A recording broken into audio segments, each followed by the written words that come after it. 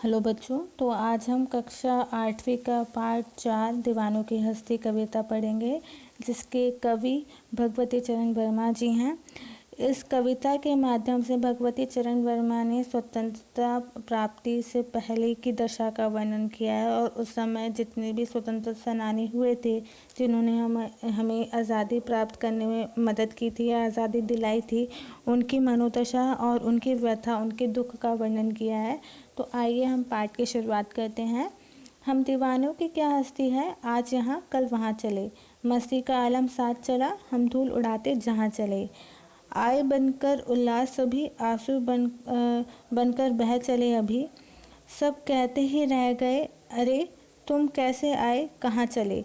तो इन पद्यांश के माध्यम से भारत के सच्चे सपूतों का वर्णन किया गया है। यहाँ पे जो दीवाना है वह स्वाधीनता सेनानियों, मतलब जिन्होंने जो फ्रीडम फाइटर्स थे, उन्हें कहा गया है। और उन्होंने वह हमेशा ही देश को आज़ादी दिलाने के लिए तत्पर रहे हैं और देश के लिए बलिदान देने के लिए तैयार रहे हैं। उनका मानना है कि हम आज़ादी के दीवान हैं। जो फ्रीडम फाइटर्स थे, वो सभी के सभी सिर्फ देश को आज़ाद कराने के लिए उन्होंने ठान रखी थी और उसके अलावा उन्हें अपने जीवन का कोई लक्ष्य नज़र नहीं आता था। और इस देश की महानता के आगे वह अपना कोई भी अस्तित्व नहीं समझते थे। उन्हें ये लगता था कि अगर सिर्फ हमारा देश आज़ाद हो जाए, चाहे हम इसके लिए मर ही क्यों ना जाएं, अपना बलिदान ही क्यों ना दे दें, पर हमारे लिए सर्वप्रथम भारत की आज़ादी है। हम तो आज यहाँ हैं और कल ना जाने कहाँ होंगे, लेकिन जिस और भी हम कदम बढ़ा देते हैं वह हमारे जोश से खुशी और हर्ष छा जाता है। यहाँ पर इसलिए कहा गया है ये चीज़, क्योंकि जहाँ पे भी ये लोग जाते हैं वहाँ पे लोगों को कहीं ना कहीं प्रेरित करते हैं, जनता को प्रेरित करते हैं आज़ादी के लिए और उनका साथ देने के लिए। क्योंकि आपको पता होगा कि जब हमारा भारत देश आज़ाद नहीं था तो कुछ ही लोग ऐसे थे जो स्वतंत्रता चाहते थे। बाकी के जितने भी जो लोग शिक्षित नहीं थे या जो ग्रामीण इलाकों में रहने वाले जो लोग थे, उनको कहीं जागृत करने का कार्य इन्हीं स्वतंत्रता सेनानियों ने किया था। तो इसलिए इन्होंने यहाँ पे लिखा है, मस्ती का आलम साथ चला, हम धूल उड़ाते जहाँ चले। तो ये लोग हमेशा ही कहीं ना कहीं सकारात्मक सोच लेके लोगों के बीच में जाके उन्हें जागृत करने का प्रयास करते थे और लोगों में खुशियाँ बांटते हुए चलते थे और लोगों को सही और गलत का भेद समझाते हुए चलते थे। आए बनकर उल्लास सभी, आंसू बनकर बह चले। उनका यह मानना है कि हमारे आने से हमारे भाई बंधु यानी रिश्तेदार संबंधियों के चेहरे पर उल्लास छा जाता था और जब अचानक ही जाना पड़ जाए तो उनकी खुशी आंसू में परिवर्तित हो जाती थी। अब इनका खुद का कोई ठोर ठिकाना नहीं था। ये हमेशा से ही लोगों के बीच में ही लोगों को प्रेरित करने के लिए या अलग अलग मोर्चे रैलियां निकालने के लिए हमेशा ही कहीं ना कहीं व्यस्त होते थे। तो ये इनका कोई स्थायी रूप से कोई घर नहीं होता था। तो इसी बीच अगर कभी उन्हें कभी जाना पड़ता था, अगर घर परिवार में जाना रहता था, तो जितने भी इनके संबंधी या रिश्तेदार हैं उनके चेहरे हमेशा खिल जाते थे खुशी से कि उनका बेटा या उनके जो रिश्तेदार हैं वो उनसे मिलने आए हैं। पर अचानक से उन्हें अगर कहीं जाना पड़ जाए बाकी जिम्मेदारियों के लिए, भारत की आज़ादी के लिए, लोगों को प्रेरित करने के लिए या रैलियां या मोर्चे निकालने के लिए, तो ये सभी लोग जितने भी रिश्तेदार हैं या संबंधी हैं उनके जो हैं चेहरे मुरझा जाते थे। वो सभी के सभी दुखी हो जाते थे और वो ये कहते थे कि अभी तो आप आए थे और अभी आप कहाँ चल दिए। और ऐसा इसलिए उन्होंने कहा है क्योंकि स्वतंत्रता सेनानियों को ब्रिटिश सरकार कभी भी गिरफ्तार भी कर सकती थी। ज़रूरी नहीं है कि वो हमेशा लोगों को प्रेरित करने के लिए ही घर से दूर रहे हों। कई बार ब्रिटिश सरकार इतने ज़्यादा कड़े नियम और कानून लागू किए हुए थे उन्होंने भारत देश में कि वो हमेशा से ही स्वतंत्रता सेनानियों को जेल में बंद कर दिया करती थी। चलिए आगे बढ़ते हैं। किस और चले यह मत पूछो, चलना है बस इसलिए चले, जग से उनका कुछ लिए चले, जग को अपना कुछ दिए चले।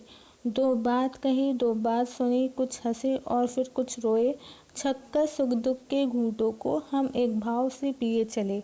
तो इन पंक्तियों के माध्यम से यह बताया गया है कि स्वाधीनता की राह हेतु बढ़ने वालों के लिए कोई राह निश्चित नहीं है। वह तो अपने लक्ष्य प्राप्ति हेतु किसी भी राह पर चल सकते हैं। वह संसार के लोगों को कुछ अपनी यादें देकर और उनकी भावना लेकर आगे की ओर बढ़ते हैं। तो यहाँ पर यह बताया गया है दूसरे पद में कि किस प्रकार से जो स्वतंत्रता सेनानी हैं वो कभी भी अपने आप को सर्वोपरि ना रखकर लोगों की तकलीफ़ों को, उनकी ज़रूरतों को और जो देश की आज़ादी है, भारत माँ की आज़ादी है, उसको सर्वप्रथम रखते हुए हमेशा से ही आज़ादी की मांग करते हुए चले हैं।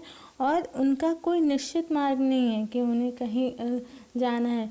जो भी मार्ग या जिस भी तरीके से उन्हें स्वतंत्रता मिल सकती है और ब्रिटिश सरकार से वो कहीं ना कहीं आज़ादी प्राप्त कर सकते हैं, उस मार्ग को वो मतलब अच्छा मार्ग मानते हुए उसी को फॉलो करते रहते थे। और इस कारण से वो कहीं ना कहीं लोगों से जुड़े, लोगों को प्रेरित करने के लिए, मैंने आपको जैसे पहले ही बताया था, लोगों को प्रेरित करने के लिए अलग अलग रैलियाँ, मोर्चे, है ना, सभाएं करना, ये सारी चीज़ें कॉमन थी पहले के समय में जब हमें आज़ादी नहीं मिली थी। तो इन सारी चीज़ों से कहीं ना कहीं जो हमारे कह लीजिए जितने भी आम जनता है वो इन सभी स्वतंत्रता सेनानियों से अपने आप को आत्मीय रूप से जोड़ लिया था उन्होंने। तो जहाँ पे भी ये लोग जाया करते थे तो सभी को खुशी होती थी और कहीं ना कहीं ये अपने अनुभव उन्हें दिया करते थे और उन्हें उनसे कुछ ना कुछ सीख लेकर आगे बढ़ते चले जाते थे।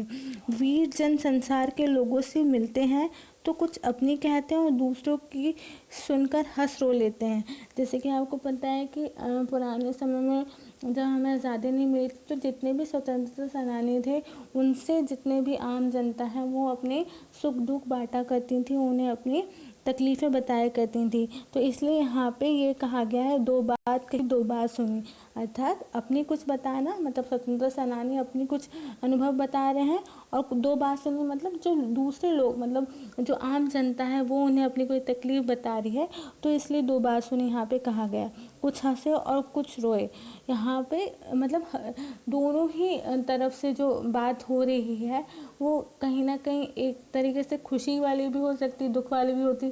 तो आपस में एक दूसरे के जो सुख दुख को बांटते हुए वो आगे बढ़ते चले जा रहे हैं।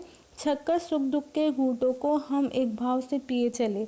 मतलब ये जितने भी अनुभव हैं, जो खुशी के कह लीजिए चाहे दुख के कह लीजिए, ये सभी अनुभवों को उन्होंने अच्छे तरीके से ग्रहण करके सुख दुख के अनुभवों को सहते हुए, लेकिन चाहे दुख हो या सुख हो सभी में समान भाव से देखते हैं और सुख दुख दोनों को समान मानते हैं। मतलब उनका ये कहना है कि जितने भी लोग उनसे मिलते हैं या जितने भी लोग मतलब उन्हें अपनी तकलीफ़ें बताते हैं या ये स्वतंत्रता सेनानी अपने एक्सपीरियंस, अपने अनुभव लोगों को बताते हैं, उनमें कोई भेद ना करते हुए सभी को एक समान रखते हुए और लोगों में खुशियाँ बांटते हुए ये आगे बढ़ते चले जाते हैं। और ये अगर कोई दुख है तो उसका घूंट पीते हुए, उसको सहते हुए आगे बढ़ने का प्रयास करते हैं। हम भिखमंगों की दुनिया में स्वच्छंद लुटाकर प्यार चले, हम एक निशानी सी ऊपर ले असफलता का भार चले। अब अपना और पराया क्या, आबाद रहे रुकने वाले, हम स्वयं बंधे थे और स्वयं हम अपने बंधन तोड़ चले। तो इन पंक्तियों के माध्यम से कवि ने संसार को भिखमंगा कहा है, क्योंकि इस संसार की प्रकृति है कि वह दूसरों से कुछ न कुछ प्राप्त करना चाहते हैं, किसी को कुछ देना उसकी प्रकृति नहीं है। लेकिन जो स्वतंत्रता सेनानी है सभी को समान रूप से अपना प्रेम लुटाते हैं। उनके हृदय पर एक ही असफलता की निशानी है जो अत्यधिक प्रयत्न करने के बावजूद भी नहीं हट रही, वह है स्वाधीनता, मतलब आज़ादी प्राप्त ना कर पाने का दुख। बलिदानी वीर किसी को के भी साथ किसी प्रकार का भेदभाव नहीं करते, अर्थात जाति, वर्ग, संप्रदाय व धर्म के आधार पर उनके मन में किसी के लिए कोई भेदभाव नहीं होता है। वह यही चाहते हैं कि उनके बाद इस देश में रहने वाले सभी आबाद व प्रसन्न रहें। उनका मानना है कि वह अपनी इच्छा से देश में बसने वाले लोगों से रिश्ते नाते तोड़कर स्वयं बलिदान की ओर बढ़ रहे हैं। तो इन पंक्तियों के माध्यम से भिखमंगा आम जनजीवन जो व्यतीत कर रहे हैं लोग, उन्हें कहा गया है, क्योंकि कई ऐसी तकलीफ़ें आई हैं स्वतंत्रता सेनानियों को, लोगों को जागृत करते समय, कि कई लोगों ने स्वतंत्रता सेनानियों का ही विरोध किया है और उन्हें सही मतलब वो सही कर रहे थे। स्वतंत्रता सेनानी जो हैं वो देश को आज़ादी दिलाने के लिए इतनी कोशिशें कर रहे थे, पर कुछ लोगों का अभी भी ये मानना था कि ब्रिटिश सरकार का विरोध करना गलत बात है या उनका समर्थन करने में ही अब हमारी भलाई है। तो इसलिए यहाँ पर भिखमंगा दुनिया वालों को कहा गया। बाकी जितने स्वतंत्रता सेनानियों को हटा कर अगर देखा जाए तो पूरी की पूरी जितने भी, अगर हम बात करें तो पूरी की पूरी जितनी भी जनता है उन्हें भिखमंगा कहा है, जो हमेशा ही लेना जानती है। मतलब जब भी कुछ अच्छा हो तो हमेशा अच्छी अच्छी चीज़ें हमें, क्योंकि आज़ादी जो है वो किसी एक के लिए तो थी नहीं, पूरे भारतवर्ष के लिए थी। तो भिखमंगा इसलिए कहा गया है कि कुछ लोग ऐसे थे जो ब्रिटिश सरकार के विरोध नहीं करना चाहते थे और उनका साथ देना चाहते थे, पर जब आज़ादी मिली तो कहीं ना कहीं उसका जो प्रॉफिट है या जो उसके अच्छे कारण है या अच्छी जो चीज़ें हैं वो उनके साथ भी घटित होनी है। तो वही चीज़ है कि वो हमेशा सिर्फ लेना जानते हैं। उन्होंने भारत के लिए या कह लीजिए स्वतंत्रता प्राप्ति में स्वाधीनता सेनानियों का कभी कोई समर्थन नहीं किया, पर जब आज़ादी मिली तो हमेशा से ही उन्हें वो चीज़ अच्छी लगने लगी, तो इसलिए उन्हें भिखमंगा कहा गया है। पर जो अगर हम बात करें तो हमारे जो वीर हैं, जो स्वाधीनता सेनानी हैं, उनके मन में कभी भी इस तरीके की भावना नहीं आई है। उन्होंने चाहे उन्हें कोई सपोर्ट करे ना करे या कोई भले ही ब्रिटिश सरकार के समर्थन में कुछ बोले या ना बोले, है ना, तो उसको दरकिनार करते हुए उसके बारे में इतना ना सोचते हुए उन्होंने सिर्फ हमेशा सभी की सिर्फ भलाई सोची है। उन्होंने ये नहीं सोचा कि ये सामने वाला तो ब्रिटिश सरकार का समर्थन कर रहा है तो हम इसके लिए क्यों सोचें, हमें भी अपने घर में जाके बैठ जाना चाहिए, हमें भी घर से ही लड़ाई लड़नी चाहिए, लोगों को जागृत करने से क्या अर्थ है या क्या मतलब है।